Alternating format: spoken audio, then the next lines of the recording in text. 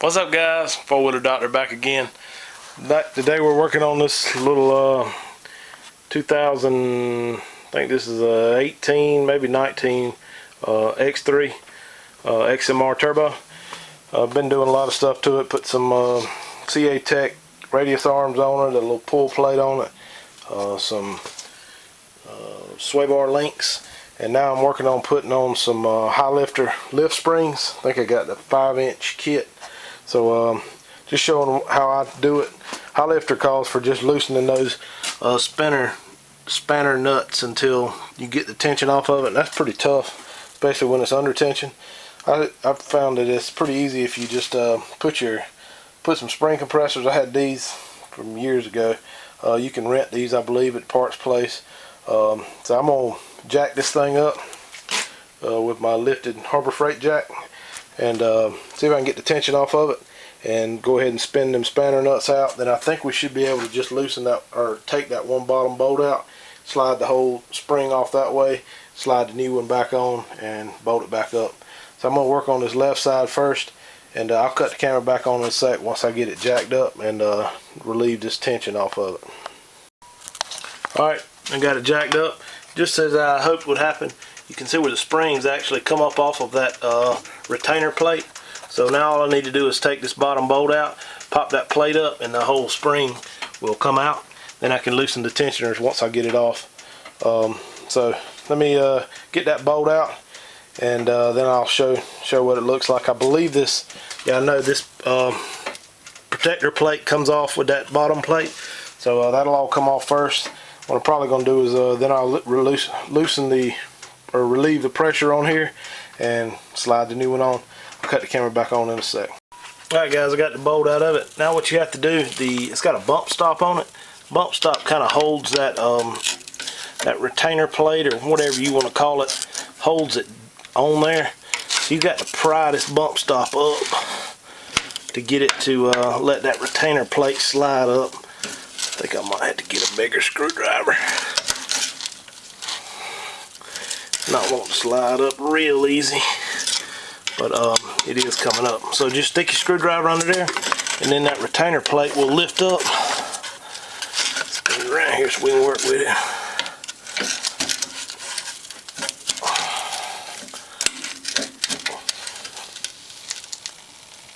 There you go. Alright, so get that slide up like that.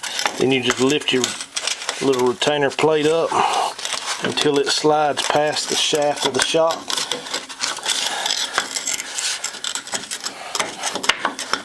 I didn't slide that. I don't think I slid the bump stop quite high enough, but that's what you wind up with. And then now you can relieve the pressure on those compressors, and the shock or the spring will fall off there. And then it should be pretty easy to spin those spinner nuts once you don't have any pressure on them. So that's what we're going to do now. Alright guys, so I got everything loose. I actually started running that spanner nut down. It's going to take a little bit. It says to adjust it to 4 inches from the top of the shock up there, not the very top, but where the aluminum part stops.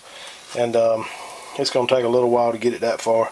But in the meantime, I'm going to go ahead and take all this extra stuff off. You'll actually replace this spring and this little small spring. The spacer comes out. There's a little washer on the top. And the instructions show to remove these two collars.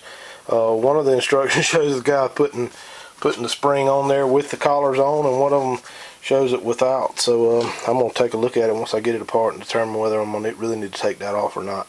But alright, what you do is just swing this shock bounce out like this so it clears the tire, and just lower the whole thing down, and you can take it all off without even removing the tire in this case. So that top one comes off. Oh yeah, you are going to have to remove those collars, because this other spacer here will not come past the collars. I'm not sure how the picture, and then they took the picture and instructions, because they're showing put the new springs on there, so they obviously took these off or either put them back on, I'm not sure. So I think you can get that with the spanner wrench too. You just about need that spanner wrench for these things. Most of these bikes are pretty new, so they usually come with it, but it'd be tough to do otherwise. You can knock them around with a screwdriver. I've done that before, but like I say, it'd be tough. So let me get these two collars off. I'm going to put some lube on this thing because this caked up with mud, as you can see. That'll make them running off a little easier, but it's going to take me a little while just to get those off. I'm not going to bore you with all that monotony, so let me get on that, and once I get everything off, I'll show you what it looks like before you should put it back together. Guys, just like to make it look easier in the movies, well, this isn't one of those kind of movies. I went ahead and took the shock off because this thing's going to be aggravating to get all this off. To begin with, the spinner wrench will not fit on these collars here, and like I say, that collar will not come off with this spacer on there. So I just went ahead and pulled the whole shock off. There's only one bolt to get the top out, and did have to remove this little cover here, black cover. Had a Torx head bolt here and a Torx head bolt here. A little snap right there, pulls right off. So I think this is going to be a whole lot easier getting it over here. What I'm probably going to end up having to do is just stick a screwdriver in here and beat this around until I can get it to break loose. And I'm going to probably try to go ahead and break these two spanners apart because they're stuck together too, and that'll make running them up a little easier. So let me get those knocked loose, and I'll cut the camera back on when I get it stripped down.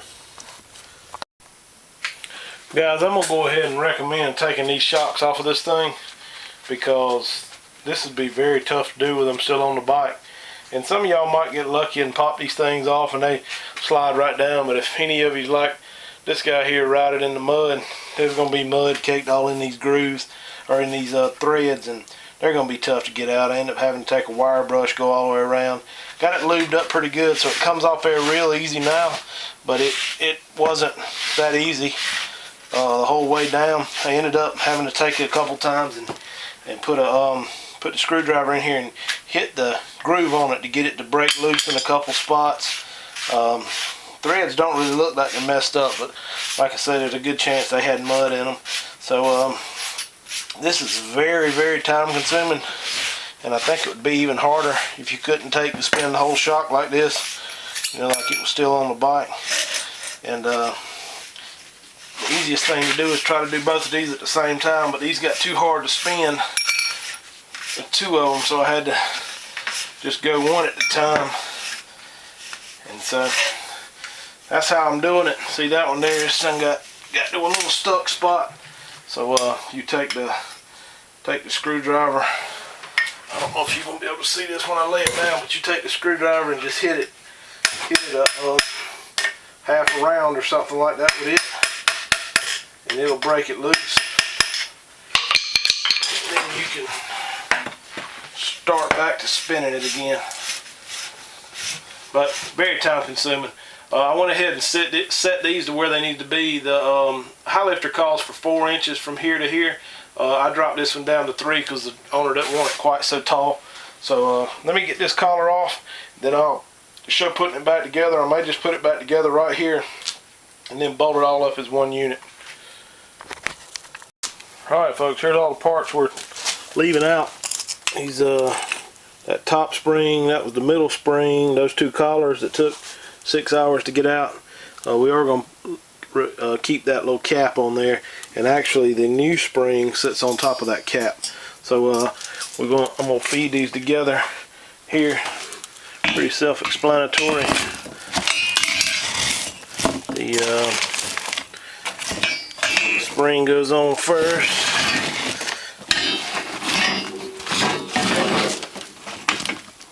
Like that. And then the yellow spring will go on next.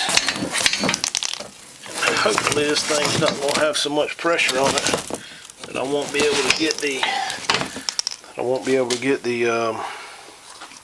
little lock collar on there. So run it up a little bit. Yeah, see, it's going to fit on there. Like I said before, I've got these lowered down, or actually lifted up a little bit higher than they're called for.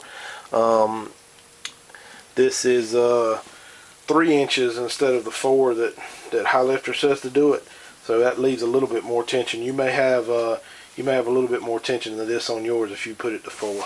So alright, let me get this bottom collar on here. All it does is just slip over like this, just like that, and then when you put everything back together it puts tension on it. So guess the only thing left to do is bolt it back up. Alright guys, I'm up here on the front with these shocks. I went ahead and knocked these spanner nuts off with it's tough to do with the wrench, but you can take a screwdriver and get in there, and that sharp jolt from the screwdriver will break it loose from the second nut there. I've ran them up to where I want to go. I'm gonna make this one a little bit lower like I did the back one too. This guy don't want that much lift out of these, so I've got those done. I've also got spring compressors on there, so I'm gonna jack it up, see if I can get the tension off of this one side. Go ahead and I'm hopefully gonna be able to do this and not pull the shock off, because this one here, it still has those collars on it, but I believe the spring will slide past it. It doesn't have that bumper like it did on the back. So I'm gonna slide that off and see if I can get the go ahead and get the shock off. I'm probably gonna take this tire off, not just to do that, but I also got to replace these tie rod ends. So I'm gonna pull the shock off just so I can go ahead and replace those two. Alright, I'll cut the camera back on in a sec. Guys, I got the shock little tension off of it now. Slid that what you call this, bump stop up, and then you should be able to, might have to tap this with a hammer, this last little plate, tap it up and it'll come off just like that the back one did. So let me get that off, and then I'll cut the camera back on right before I slide everything back together. On this front one, all we're going to do is replace this yellow spring with this bigger black one. Keep that collar on there for the lower spring. So just slide that all back together, put that cap back on, and we'll be ready to go. Alright guys, this is the finished product. Got the springs on, tie rod ends, tie rods, arms on the back, and that pull block. Turned out pretty good. Alright, check me out, subscribe, like.